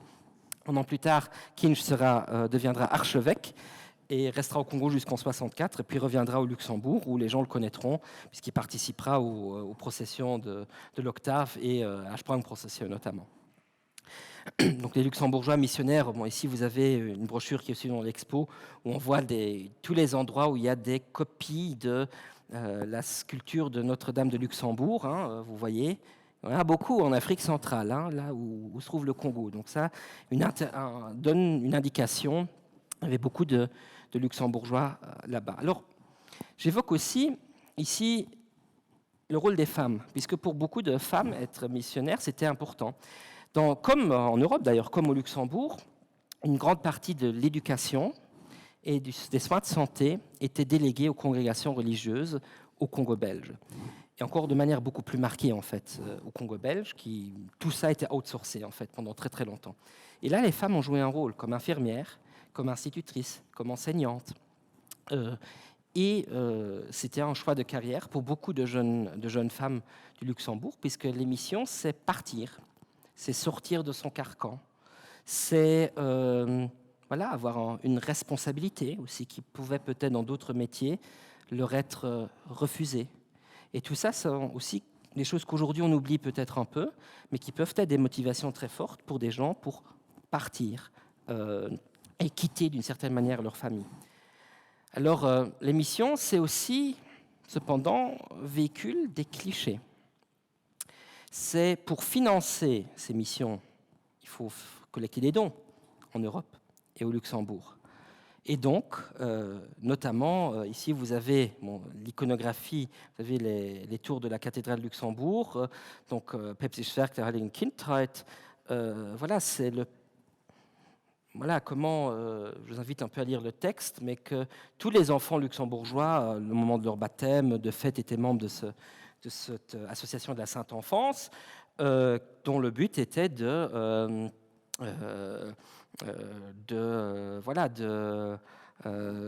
collecter de l'argent, mais aussi les enfants qui en faisaient partie, on les a invités à prier. Ici, en fait, c'est la couverture d'un petit carnet. Vous contrôlez ça. Ce carnet, j'ai enlevé le nom pour des raisons de protection de données personnelles, mais on a une date, 1960. Et c'est un carnet où on collectionnait des timbres. C'est-à-dire quand le curé du village contrôlait qu'on avait bien fait ses prières, qu'on avait bien donné une fois son argent en poche, qu'on avait, etc., on recevait un petit timbre pour documenter qu'on l'avait fait. Et puis alors, ceci, ça a été très répandu très longtemps aussi. Ce qu'on appelle au Luxembourg un enfant païen. C'est-à-dire acheter dans la catéchèse, et ça, celui-là, il va intégrer l'expo, parce que j'ai mis très très longtemps avant d'en trouver un de l'époque coloniale, parce que c'est des années 1980, 1971, 1980, donc ça existait encore, mais de l'époque coloniale, c'est un peu plus rare, en tout cas moi, j'en ai pas trouvé, mais vous voyez, effectivement, donc on achetait, ici, compte 26 francs, une petite image qui représentait donc un enfant africain libéré de ses chaînes, puisqu'il était convertis, et donc, de cette manière, étaient préservés de l'enfer. Et donc, il y a une pression qui est faite sur les enfants pour représenter, effectivement, donc, beaucoup d'enfants n'étaient pas dupes, parce que c'est toujours les mêmes photos après. Mais vous avez vraiment l'acte de baptiser aussi qui est joint. Donc, on est dans une représentation aussi qui joue. Alors, un peu pour la petite histoire, il y a des liens avec la politique de coopération aujourd'hui aussi. Alors ici, on a donc le Little Superjump qui raconte un peu l'enfance de Charles Coudel, le futur Superjump, album publié en 2013, où vous avez donc la sœur Marie Bigoudi qui demande à une des élèves de la classe, mais qu'est-ce que tu veux faire plus tard? Maar ich will denen lek helfen, die en Afrika leven, qu'elle dit. Alors, est-ce que vous avez une idée à qui on pense là? Parce que je pense qu'ici, il y en a certains qui devraient le savoir encore. Pour les plus jeunes, ça devient compliqué. Vous rigolez? Marie-Josée Jacobs, effectivement.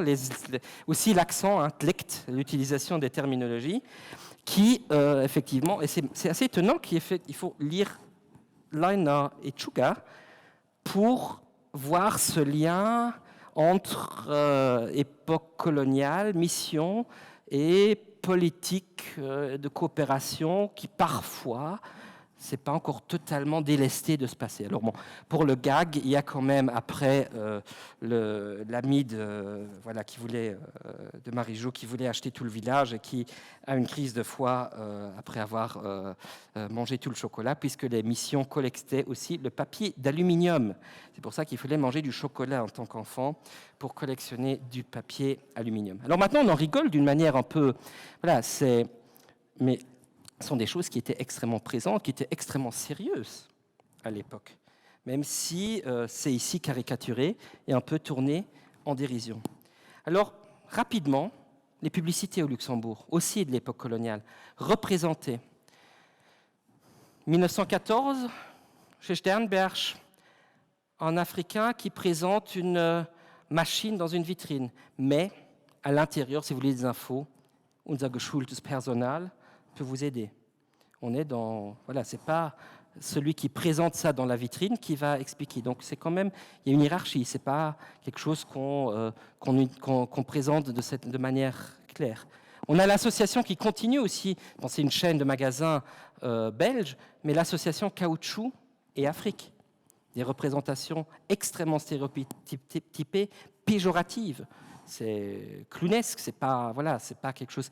C'est aussi par ce biais-là que des hiérarchies raciales ont été véhiculées. Des réclames pour des choses compliquées qu'on explique en disant « les mains moins expertes à trouver sa voie au Congo ». C'est aussi péjoratif, donc un Africain ne pourrait pas utiliser quelque chose de complexe. C'est aussi par ce genre de trucs un peu qui joue sur... Ici aussi, on pourrait finalement en rigoler, hein. En Afrique, on ne mange plus son prochain parce qu'ils ont du chocolat.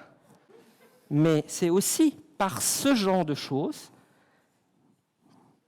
supposées humoristiquement, que des clichés, des stéréotypes ont été véhiculés aussi ici au Luxembourg comme à l'étranger. Cela, aujourd'hui, bien entendu, et c'est bien, n'est plus possible. Bon, il y a des choses où, comme pour d'autres... Moi, je n'ai pas trop compris pourquoi les maisons Folk et Sœurs utilisent du blackfacing pour promouvoir l'achat de chemises et de cravates.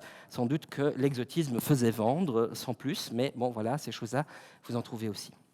Alors, les colonisés, les Noirs en Europe, il y en a eu. Je vais juste prendre 2-3 exemples. Parce que le 19e siècle, ça change, en fait. À la fin vers 1770, vous aviez 10 000 Africains qui vivaient à Londres. Le roi du Congo, donc, qui était un royaume qui existait plus ou moins dans l'Angola actuel, il a fait ses études à Lisbonne à un moment donné. Ça change au 19e siècle. Donc, il y en a très très peu, finalement, entre les relations entre les colonies. Vous avez des ouvriers africains et indo-chinois en France, mais c'est un peu plus rare, en fait, qu'auparavant. Au Luxembourg, quand on parle de...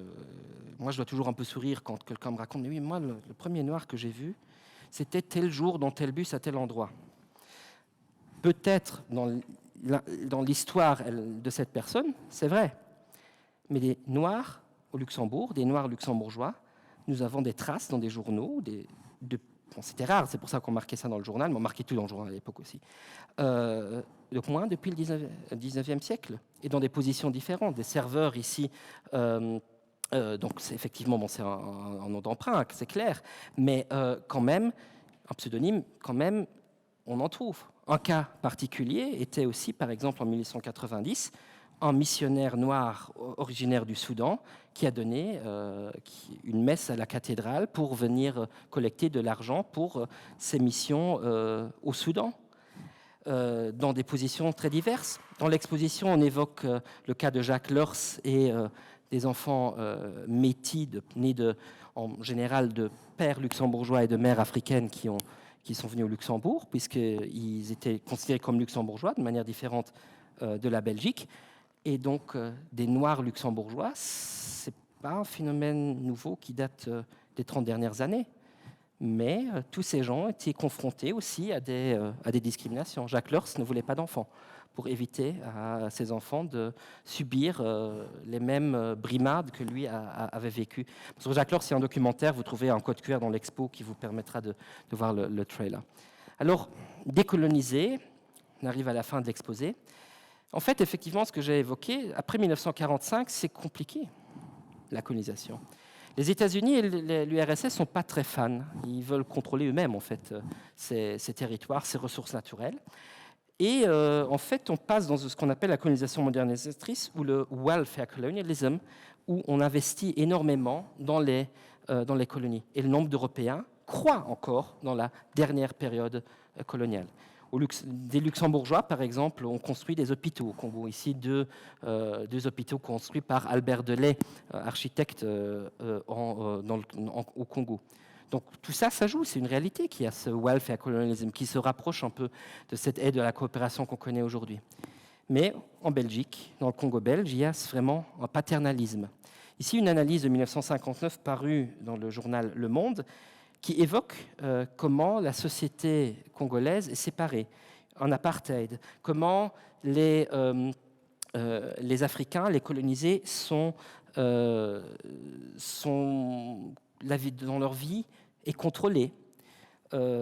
Et finalement, le paternalisme est intégral, et cette expérience paternaliste risque de tourner court par suite de l'évolution des pays limitrophes. Et c'est vrai que ça a tourné court.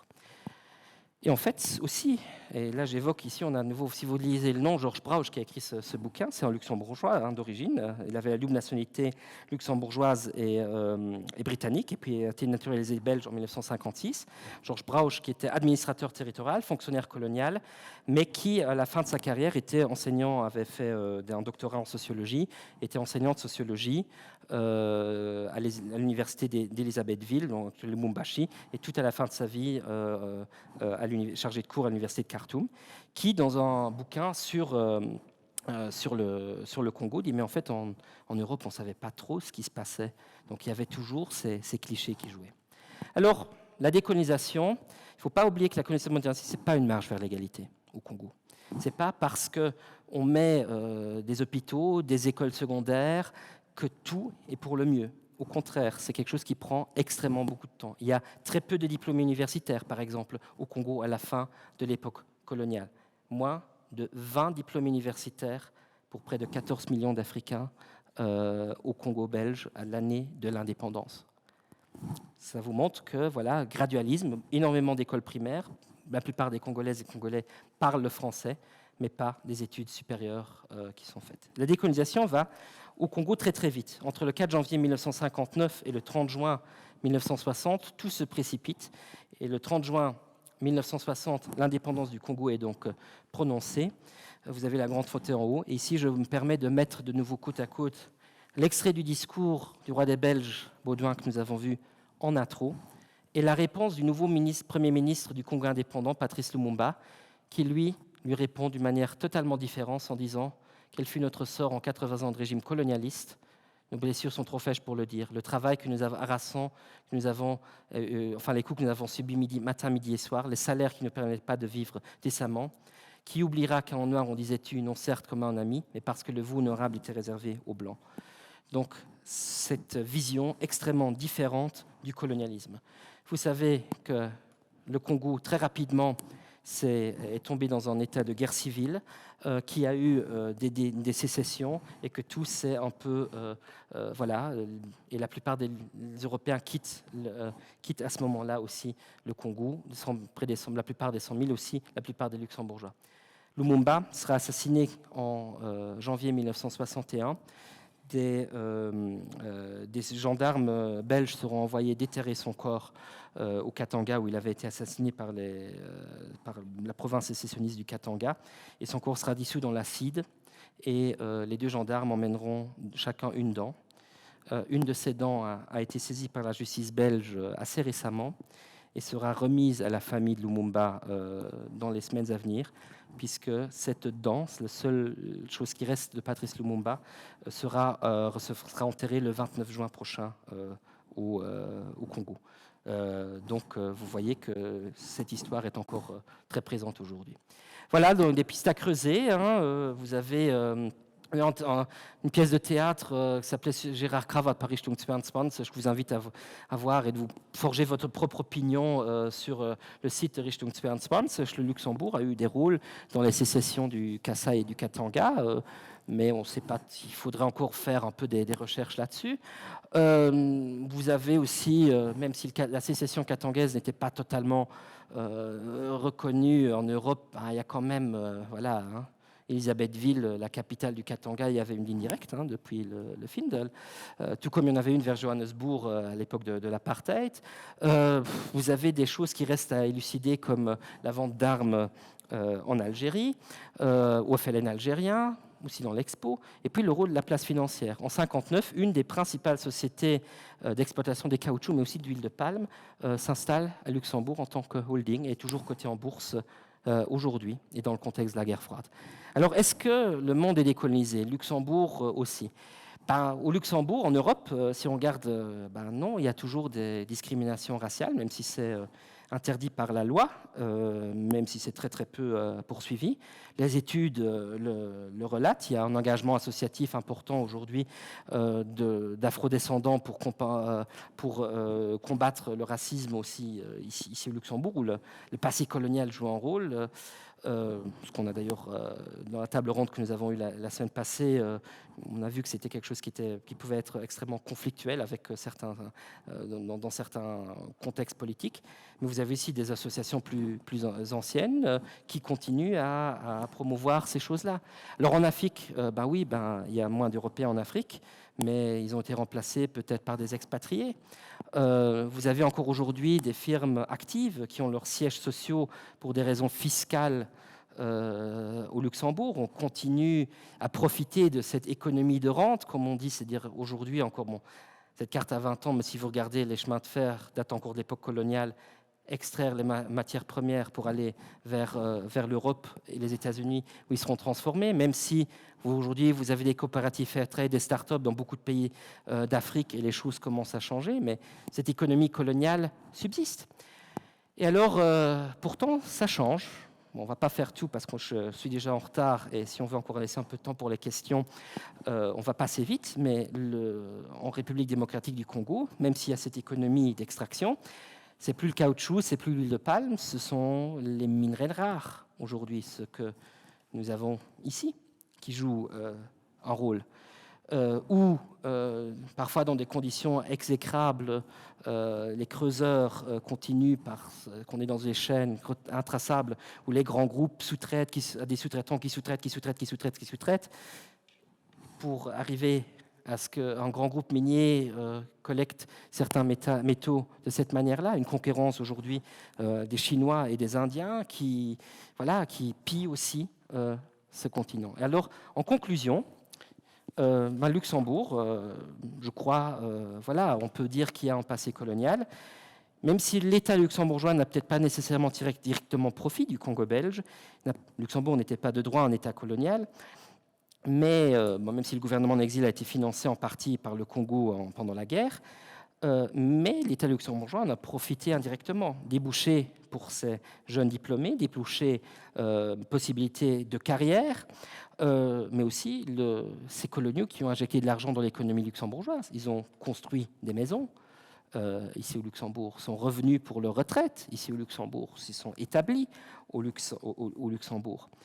Et même si certains individus, c'est quelque chose qu'on peut mettre au niveau des individus et des familles, tout cela a été extrêmement soutenu par l'État luxembourgeois. Le fait que les carrières coloniales pouvaient être présentées dans les lycées pendant l'ensemble de la période coloniale, le fait que le haut patron du cercle colonial était le prince Félix, que la grande-duchesse et beaucoup de ministres participaient à des conférences et projections de films de ces organisations, montrent qu'il y avait aussi un réel soutien politique ici au Luxembourg. Et voilà, et je vous remercie de votre attention, à vous et aussi à l'ensemble de l'équipe qui contribue à la conférence et aussi à l'équipe qui contribue à ce que cette conférence puisse encore être diffusée autre part. Et il reste encore un peu de temps pour les questions. Et Michel Platt a un micro, puisque pour la retransmission, c'est important de poser les questions à travers le micro. Alors, est-ce qu'il y a des questions, des remarques, des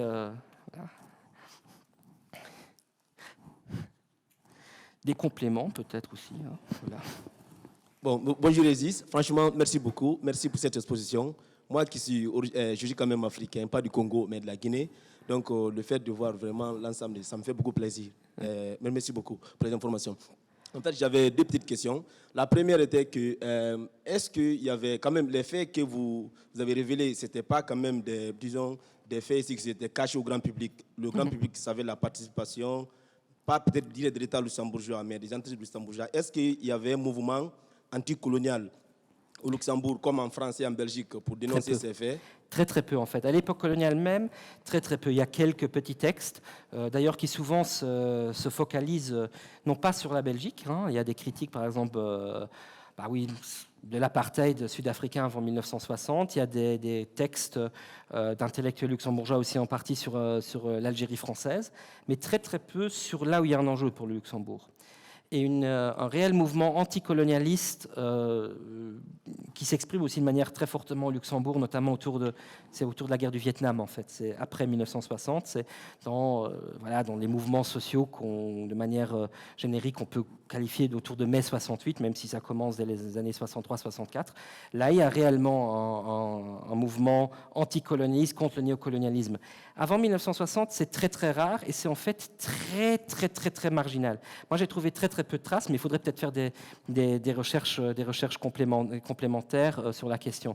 Il faut savoir que souvent cet anticolonialisme venait aussi de mouvements de jeunesse et que dans les années 1950, les mouvements de jeunesse au Luxembourg étaient quand même assez... c'était pas des rebelles, quoi. C'était très encadré par les adultes, c'était très... ce qui explique aussi ce qui fait que peut-être ces mouvements n'ont pas pu s'exprimer sur la place publique. Ce qui ne veut pas dire qu'il n'y a pas eu, même parmi les gens qui étaient au Congo, il y a des gens qui racontent que parfois il y avait des disputes familiales. Donc voilà, c'est pas dans le cercle privé, c'est pas dit qu'il ne pouvait pas avoir d'autres points de vue. Mais au point de vue dans l'espace public, avant 1960, à mon sens, très très peu. Okay. Mais je n'ai pas étudié la question dans le fond, donc peut-être un autre historien dira autre chose. Mais à mon sens, pour l'instant, très très peu. Ok, la deuxième question, vite fait. On a vu par exemple le premier État du Congo qui était ici de la propriété du roi des Belges, une propriété privée, et puis il a passé ici à l'État belge. Est-ce que ce passage d'une propriété privée à un État, est-ce que c'était juste, disons, un passage, un transfert de façade? Ou bien c'était vraiment... Oui, c'est un transfert réel. C'est-à-dire, en fait, l'administration qui existait dans l'État indépendant du Congo a été reprise par la Belgique. La Belgique a créé un ministère des colonies et, en fait, a créé toute une politique coloniale à ce moment-là. Si on part d'un point de vue administratif et juridique, il y a eu un recul de la violence aussi après 1908. Ça, c'est net qu'il y a moins d'exactions. Ça veut dire qu'elles disparaissent. La violence physique est intrinsèque au système colonial. Et par exemple, la peine de la chicotte, donc la peine du fouet, au Congo belge, reste en vigueur dans la population générale jusque dans les années 1930, dans l'armée même encore un peu plus tard. Et ça ne veut pas dire non plus que et tout au long, jusqu'à la Seconde Guerre mondiale, en fait, après la Seconde Guerre mondiale, non, jusqu'en 1948, en fait, il y a une grande guerre encore en 48 au Katanga. Après 48, c'est un peu plus calme. Et c'est pour ça que dans les années 50, on disait toujours, au Congo, tout va bien, il n'y a pas d'émeutes, il n'y a pas de révolte. Mais dans la période avant 48, il y a eu tout le temps des mouvements décolonisés qui se révoltaient contre les conditions de travail, qui se révoltaient contre contre un tel administrateur qui pressurisait trop, etc. Et tous ces mouvements qui réclamaient aussi plus d'indépendance, d'autonomie, tous ces mouvements ont aussi toujours été réprimés dans la violence et dans le sang. Ça, c'est par exemple aussi quelque chose qui, dans la manière d'expliquer, de raconter l'histoire, a un peu changé. Il y a une dizaine d'années, on disait après 1908, tout ça, c'était fini. Aujourd'hui, et notamment si on lit le rapport des historiens belges qui ont été déposés au Parlement belge au courant de l'année passée, qui en fait reprend assez bien les recherches historiques des 10-15 dernières années, en fait, disent oui, il y a eu un changement un peu de nature, mais aussi de la force, mais il y a toujours eu des violences au Congo belge, au moins jusqu'à la Seconde Guerre mondiale, et en partie des violences physiques. La violence sociale, je crois qu'on en a assez parlé, mais de la violence physique, au moins jusqu'à la Seconde Guerre mondiale. C'est-à-dire qu'il y a des choses qui changent, mais tout ne change pas du jour au lendemain.